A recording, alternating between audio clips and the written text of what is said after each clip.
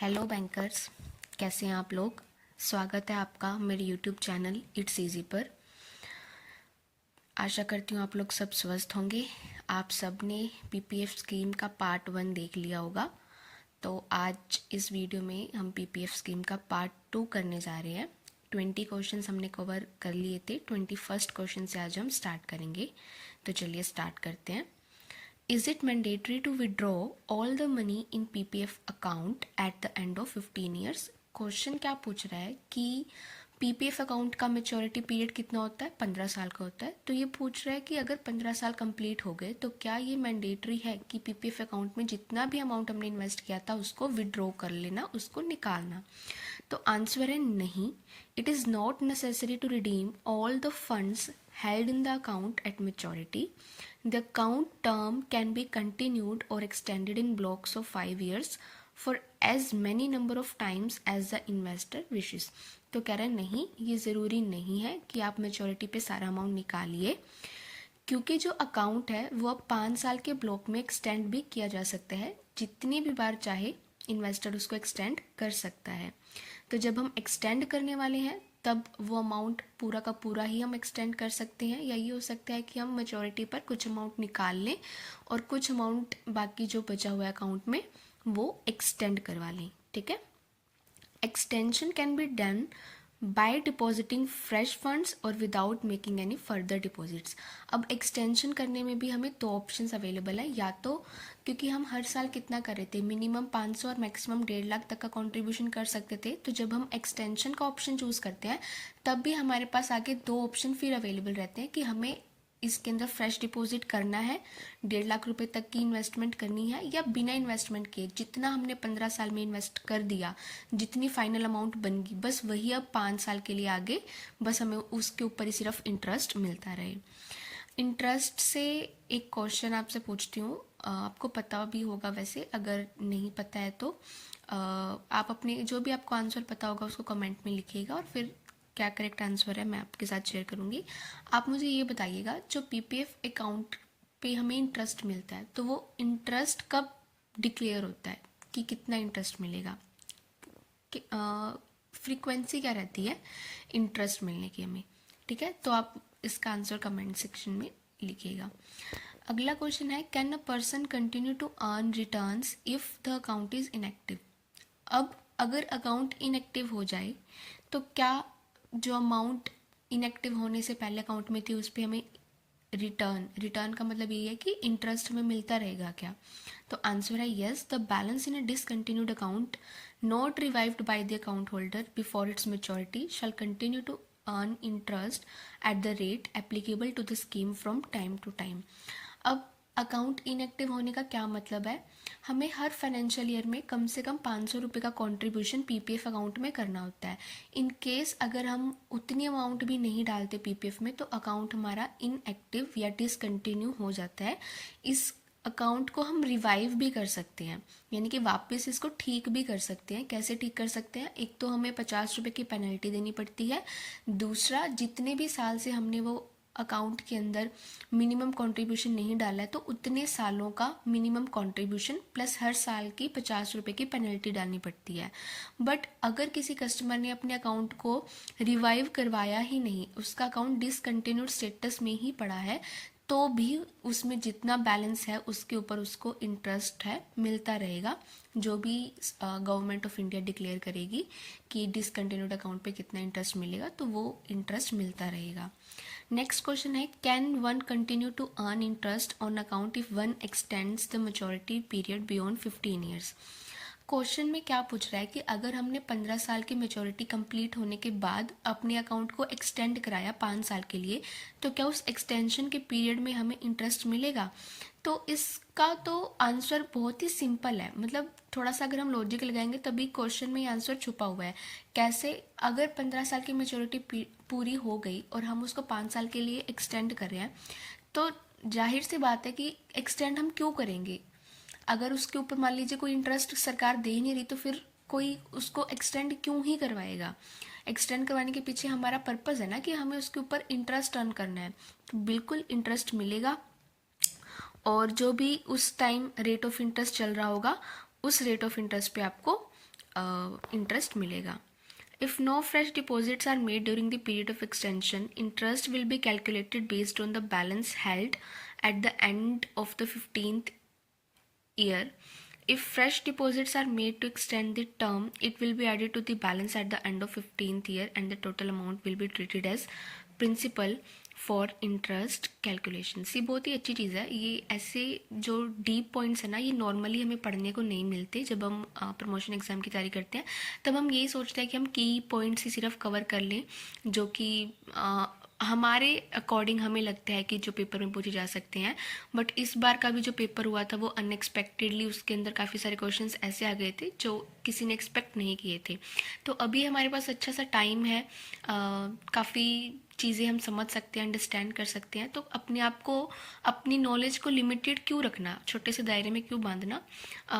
जब मेन चीज़ें रिवाइज करने का टाइम आएगा तब हम वो भी कर लेंगे, बट फिलहाल ये चीज़ भी समझते हैं। देखो ये क्या बोल रहा है, ये बोल रहा है if no fresh deposits are made during the period of extension, interest will be calculated based on the balance held at the end of 15th year. अब हमारा 15 साल का मेचोरिटी पीरियड कंप्लीट हुआ और हमने डिसाइड किया कि हम इसके अंदर नया और पैसा जमा नहीं कराएंगे, सिर्फ यही जो बैलेंस पड़ा है इसको 5 साल के लिए और हम एक्सटेंड करा देते हैं। तो फिर इंटरेस्ट किस पे कैलकुलेट होगा, जो हमारा 15वां साल जब कंप्लीट हुआ तो जो बैलेंस हमारे पास था उसके ऊपर हमें इंटरेस्ट मिलेगा। बट अगर हम डिसाइड करते हैं कि नहीं, हम हर साल इसके अंदर पैसा जमा कराएंगे और पैसा जमा कराएंगे, तब हमें किस अमाउंट पे इंटरेस्ट मिलेगा। तो जो 15th ईयर के एंड पर हमारे पास बैलेंस था प्लस जो फ्रेश डिपॉजिट हमने इसके अंदर कराया, दोनों को ऐड करके अब जो अमाउंट आई है उसको प्रिंसिपल कंसीडर करके उस पर हमें रेट ऑफ इंटरेस्ट मिलेगा। बहुत ही सिंपल सी चीज़ है बट अच्छी चीज़ है।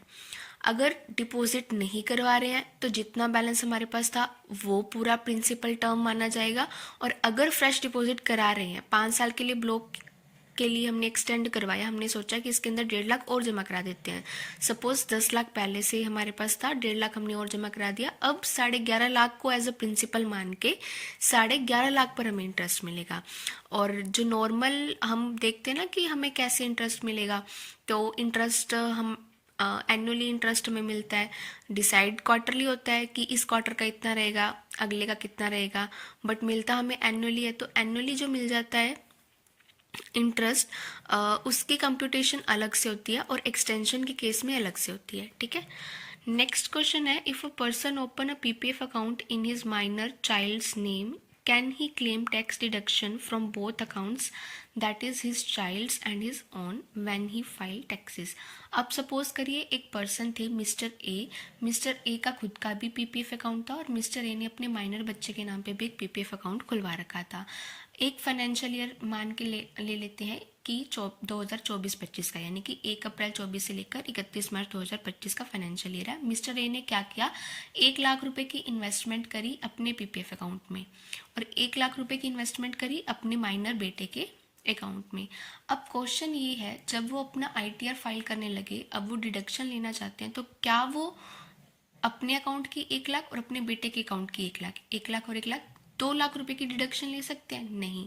सेक्शन 80C के अंदर आप मैक्सिमम 1.5 लाख रुपए की ही डिडक्शन ले सकते हो। तो चाहे आप अपने अकाउंट में करो चाहे बच्चे के अकाउंट में करो, मैक्सिमम डिडक्शन आपको 1.5 लाख की ही मिलेगी। ठीक है, नेक्स्ट क्वेश्चन है, can one invest more than ₹1.5 lakh in a financial year? क्या 1.5 लाख से ज़्यादा इन्वेस्ट किया जा सकता है? Interest will be calculated and paid out only on amounts up to 1.5 lakh for any year. Only the maximum annual investment limit, that is ₹1.5 lakh a year, will be considered towards all calculation for all purposes. देखो इसका इन्होंने बिल्कुल clear answer नहीं दिया कि नहीं invest ही नहीं हो सकता, बट ये बोला है कि जो आपको इंटरेस्ट मिलेगा वो सिर्फ और सिर्फ 1.5 लाख पे ही मिलेगा। इसलिए मतलब पीपीएफ के किसी भी अकाउंट के अंदर मैक्सिमम जो इन्वेस्टमेंट लिमिट है वो 1.5 लाख की ही होनी चाहिए।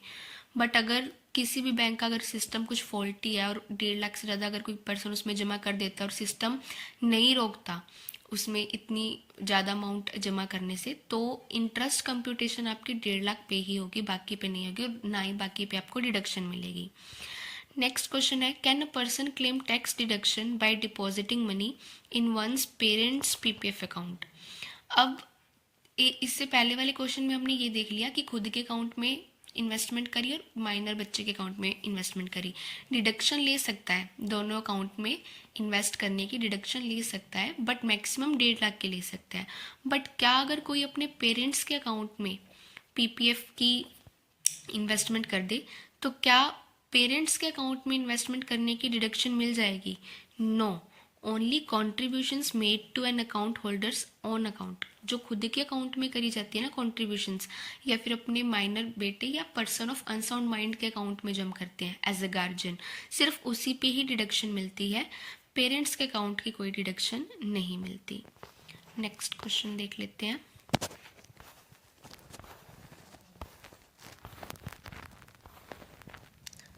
How the interest is calculated. अब क्वेश्चन है कि इंटरेस्ट कैसे कैलकुलेट होगा। For any given month investments made on or before the 5th will be considered for interest calculations for that month. अभी कहता है कि किसी भी मंथ में, एक फाइनेंशियल ईयर में हम कभी भी इन्वेस्टमेंट कर सकते हैं। मैंने मई के महीने में इन्वेस्टमेंट करी सपोज, तो अब इंटरेस्ट कैसे मिलेगा? Investment made on or before the 5th will be considered for interest calculations for that month. अगर मैं 5 मई या उससे पहले पहले अपने अकाउंट में इन्वेस्टमेंट कर देती हूँ तो उस मंथ का जो इंटरेस्ट है मुझे उस इंक्रीज्ड बैलेंस पे ही मिलेगा, अदरवाइज मुझे जो क्लोजिंग बैलेंस होगा उसके ऊपर मिलेगा। एग्जाम्पल से इसको समझते हैं, आसानी से समझ में आएगा। देखो, an account held ₹1 lakh at the start of the month, the account holder decided to invest ₹50,000। अब किसी मंथ के स्टार्टिंग में, सपोज मई का मंथ ही ले लेते हैं, मई का हमने मंथ लिया, 1 मई को हमारे अकाउंट में, 1 मई ले लीजिए या फिर कह लीजिए 30 अप्रैल को हमारे अकाउंट में 1 लाख रुपए थे। ठीक है, अब अकाउंट होल्डर क्या सोचता है कि मई का मंथ आ गया, मुझे कुछ अमाउंट पीपीएफ में इन्वेस्ट करना है, तो मैं सोचता हूँ कि मैं 50,000 रुपये इन्वेस्ट कर दूँ अपने पीपीएफ अकाउंट में। अब उसने वो इन्वेस्टमेंट कह लो या अपने पीपीएफ अकाउंट में पैसे कब जमा किए? 10 मई को। In this case, the balance on the 5th of the month was ₹1 lakh. अब इंटरेस्ट किस पे कैलकुलेट होगा, ये चीज़ ध्यान से समझिएगा। हमने कहा था कि 5 तारीख या उससे पहले अगर हम इन्वेस्टमेंट कर दें तो इंक्रीज्ड बैलेंस पर हमें इंटरेस्ट मिलता है, बट अब तो हमने 10 तारीख को किया तो हमें लोअर बैलेंस पे मिलेगा। लोअर बैलेंस क्या था? 1 लाख रुपए, जो 30 अप्रैल मतलब 1 मई को भी वही था, 5 मई को भी वही था। हमने बैलेंस तो बढ़ाया 10 मई को ना, 5 मई तक तो बैलेंस बढ़ा ही नहीं है, तो हमें 1 लाख के ऊपर ही इंटरेस्ट मिलेगा पूरी मई के। और यही अगर हम 5 मई या उससे पहले 50,000 रुपये अपने खाते में जमा करा देते, सपोज 3 तारीख को करा दी हमने, अब हमारे खाते में 1,50,000 रुपये हो गए, तो अब जो मई महीने का जो इंटरेस्ट में मिलेगा वो 1.5 लाख रुपये मिलेगा। ठीक है, तो ये कंसेप्ट था। What happens to the money if one dies before maturity. अगर कोई मेचोरिटी से पहले एक्सपायर हो जाए तो फिर उसकी मनी का क्या होगा जो उसने खाते में डाली है? It can be claimed by the nominees or the legal heirs in the absence of nominees. तो वो अमाउंट जो है उसको नॉमिनी क्लेम कर सकते हैं, या फिर अगर नॉमिनेशन किसी पर्सन ने नहीं किया अपने अकाउंट में तो जो भी उसके लीगल हेयर्स बनते हैं वो उस अमाउंट को क्लेम कर सकते हैं। How can a nominee or legal heir claim funds in a PPF account? अब कैसे कर सकते हैं? Nominees or legal heirs can claim funds in a PPF account when the account holder has passed away. They will be required to produce proof of death of the account holder. Nominees can claim funds in the proportion stated by the account holder in the nomination. तो nominee or legal heir claim तभी कर सकते हैं जब हमारा जो main account holder है वो एक्सपायर हो जाए। इसके लिए उन्हें प्रूफ ऑफ डेथ देना पड़ेगा और उसी प्रपोर्शन में उनको क्लेम मिलेगा जितना प्रपोर्शन कस्टमर ने डिसाइड किया हुआ है। अगर एक ही पर्सन नॉमिनी है तो 100% क्लेम उसी का ही, अगर 2 है तो अगर 50-50% बता रखा है तो उसी हिसाब से सेटल हो जाएगा, अगर और कोई रेशियो बता रखी है कस्टमर ने तो उसके हिसाब से सेटल हो जाएगा। नेक्स्ट क्वेश्चन है हमारा, can one withdraw money before maturity? क्या कोई पर्सन अकाउंट मेच्योर होने से पहले पैसे निकाल सकते हैं पीपीएफ से? तो आंसर है yes, any time after the expiry of 5 years from the end of the year in which the initial subscription was made. तो जी हाँ, आप निकाल सकते हैं। कब निकाल सकते हैं? जिस फाइनेंशियल ईयर में हमने अकाउंट ओपन करके पहला सब्सक्रिप्शन डाला था, यानी कि फर्स्ट टाइम कंट्रीब्यूट किया था, उस फाइनेंशियल ईयर से लेकर 5 साल कंप्लीट होने के बाद आप अकाउंट में से पैसे निकाल सकते हो। लेकिन रिस्ट्रिक्शन है। क्या? Withdraw from the balance to his credit an amount not exceeding 50%, एक minute, that's due to his credit at the end of the 4th year immediately preceding the year of withdrawal or at the end of the preceding year, whichever is lower, less the amount of loan if any and which remains to be repaid। इसको example से समझते हैं, आसानी से समझ में आएगा। If an account is open during 1991, the first withdrawal can be made during 1996-97। अब कोई अकाउंट ओपन हुआ था आपका 90-91 में, साल 90-91 में ओपन हुआ था, तो हमने कहा था कि 5 साल का टाइम कंप्लीट होने के बाद जिस फाइनेंशियल ईयर में ओपन हुआ है, तो 90-91 में ओपन हुआ था, तो 91-92, 92-93, 93-94, 94-95 और 95-96। 95-96 कंप्लीट हुआ, तो आप पहला कब निकाल सकते हो? 96-97 में। कितना निकाल सकते हो? 50% of the balance as on 31 March 1993।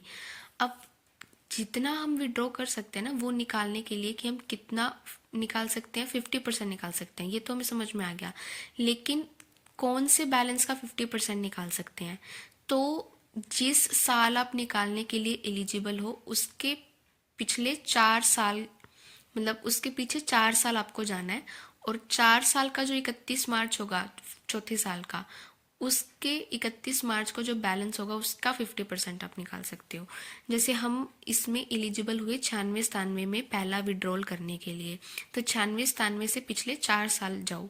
96-97 पे तो हम एलिजिबल हैं, तो 95-96, 94-95, 93-94 और 92-93। 92-93 फाइनेंशियल ईयर मतलब 1 अप्रैल 92 से 31 मार्च 93, तो 31 मार्च 93 का जो बैलेंस होगा उसका 50% हम निकाल सकते हैं। या 31 मार्च 1996, 96-97 में हम एलिजिबल हुए निकालने के लिए, पर 5 साल हमारे 95-96 में पूरे हो गए थे, तो 31 मार्च 1996 का जो टाइम था, पीरियड था, उस पीरियड पे हमारा जो बैलेंस था, या तो वो, या फिर 4 साल पीछे जाके उसकी 31 मार्च का जो 50% बैलेंस बनेगा वो निकाल सकते हो। दोनों में से जो भी कम होगा। आई नो थोड़ा सा ये कंफ्यूजिंग है। एक बार अगर आपको एक बार में समझ में नहीं आए तो वीडियो को वापस बैक जाके देखना, आपको ज़रूर समझ में आ जाएगा।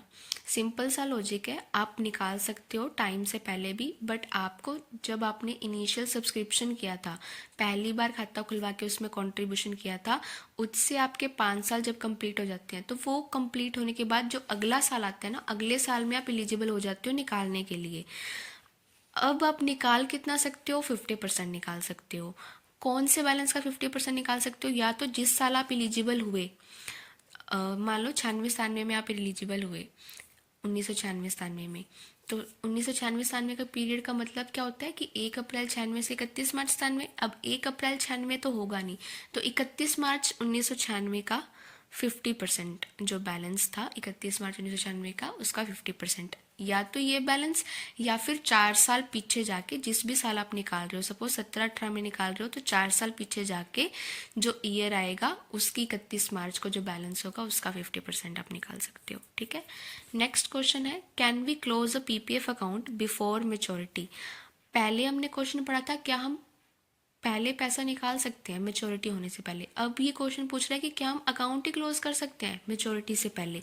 तो हाँ, अकाउंट भी क्लोज किया जा सकता है, बट इसके लिए कुछ कंडीशन है। किन किन कंडीशंस पे, किन किन ग्राउंड्स पे ही आप सिर्फ अपना ये अकाउंट मेच्योरिटी से पहले क्लोज करवा सकते हो, अदरवाइज नॉर्मल ये परमिशन हर किसी को नहीं मिलती है। तो ए पॉइंट में लिखा हुआ है treatment of life threatening disease. कोई इस तरीके की बीमारी हो गई किसी पर्सन को जिससे उसका जीवन जा सकता है, तो अब उसको इलाज के लिए पैसे चाहिए, तो वो फिर ये अकाउंट बंद करवा सकता है। दूसरा, higher education of the account holder or dependent children on production of documents and fee bills in confirmation of admission in a recognized institute of higher education in India और abroad। या फिर उसको subscriber को, account holder को अपनी education के लिए या फिर अपने डिपेंडेंट बच्चों की एजुकेशन के लिए अमाउंट चाहिए, पैसा चाहिए, और वो अगर इस चीज़ का प्रूफ दे कि इस कॉलेज में या इस इंस्टीट्यूट में उसके बच्चे का, उसका खुद का एडमिशन हो गया है और उसकी फ़ी पे करने के लिए, उसके बिल्स वगैरह पे करने के लिए उसको अमाउंट की ज़रूरत है, तब भी ये अकाउंट टाइम से पहले क्लोज करके पैसा निकाला जा सकता है। नेक्स्ट है on change in residency status of the account holder on production of copy of passport, visa, income tax return, provided that an account under this scheme shall not be closed before the expiry of 5 years from the end of the year in which the account was opened। तीसरा case जब हम account maturity से पहले ही बंद करवा सकते हैं वो ये है कि अगर कस्टमर का रेजिडेंसी स्टेटस चेंज हो जाए, यानी कि वो रेजिडेंट इंडियन से एनआरआई बन जाए, तब फिर वो उसको परमिशन दी जाती है कि ठीक है, आप अब आपको फ़ॉरेन में सेटल होना है और आप इस अकाउंट को कंटिन्यू नहीं कर पाएंगे, तो आप इस अकाउंट को बंद करवा लीजिए। लेकिन उसको क्या प्रूफ देना पड़ेगा? अपना पासपोर्ट, अपना वीज़ा या फिर इनकम टैक्स रिटर्न उसको देनी पड़ेगी। Provided that an account under this scheme shall not be close before the expiry of 5 years। But condition है कि अगर आपका रेजिडेंसी स्टेटस रेजिडेंट इंडियन से एनआरआई बन गया है और आप चाहते हो कि अकाउंट बंद हो जाए, तो इसके लिए कंडीशन है कि कम से कम 5 साल हो गए हो आपको इस अकाउंट को ओपन कराए। अगर नहीं हुए हैं तो कम से कम आपको 5 साल चलाना पड़ेगा, उसके बाद फिर आप क्लोज करवा पाएंगे। तो 5 साल कम से कम आपने इस अकाउंट को ज़रूर चलाया हो अगर आप मेच्योरिटी से पहले इसको बंद कराना चाहते हैं तो। और वीडियो मुझे लगता है कि लंबी हो गई है और ज़्यादा इस वीडियो को लंबी नहीं करते हैं। एक पार्ट और इसका वीडियो का बनाना पड़ेगा मुझे, एक पार्ट और बना देंगे। आज की वीडियो को यहीं पे एंड करते हैं। तो कैसे लगी आपको वीडियो? आपके जो भी सजेशंस हों कुछ इम्प्रूवमेंट करने के, अगर मैं फास्ट पढ़ा रही हूँ या कुछ चीज़ें, टॉपिक्स या कुछ टर्म्स मुझे और एलाबोरेट करने की ज़रूरत है, तो आप प्लीज़ उसे कमेंट में लिखिएगा। जब तक आप बताएंगे नहीं, आप रिव्यू नहीं देंगे, तब तक मैं अपने अंदर इम्प्रूवमेंट्स नहीं ला पाऊँगी। एंड हाँ, अगर आपको कुछ भी चीज़ अच्छी लगती है तो प्लीज़ वीडियो को लाइक कर दिया कीजिए, क्योंकि अगर आप लाइक करते हैं तो उसको देख के मुझे भी मोटिवेशन मिलता है कि हाँ, जो मैं पढ़ा रही हूँ, जो समझा रही हूँ, आपको समझ में आ रहा है, आपको अच्छा लग रहा है, तो फिर मतलब डबल मोटिवेशन मिलती है नई वीडियो लाने के लिए। और आप अपने फ्रेंड्स के साथ इस चैनल को ज़रूर शेयर करिएगा। उम्मीद करती हूँ कि मेरा ये चैनल आपको कुछ ना कुछ हेल्प आपकी प्रिपरेशन में, आपके बैंकिंग करियर में हेल्प कर रहा होगा। कोशिश करूँगी ऐसे ही इन्फॉर्मेटिव वीडियो में आगे भी लाती रहूँ, बस आप लोग सपोर्ट करते रहिएगा। चैनल को सब्सक्राइब ज़रूर कीजिएगा। अभी तक चैनल के सब्सक्राइबर्स जो मैं एक्सपेक्ट कर रही थी उतने नहीं हुए हैं, तो ज़्यादा से ज़्यादा इसको शेयर करिए ताकि लोग इस चैनल से मुझसे जुड़ें एंड हम सब मिल के प्रिपरेशन करें। मैं अपनी नॉलेज भी अपडेट करूं और साथ साथ आपको भी अपडेट करती रहूं।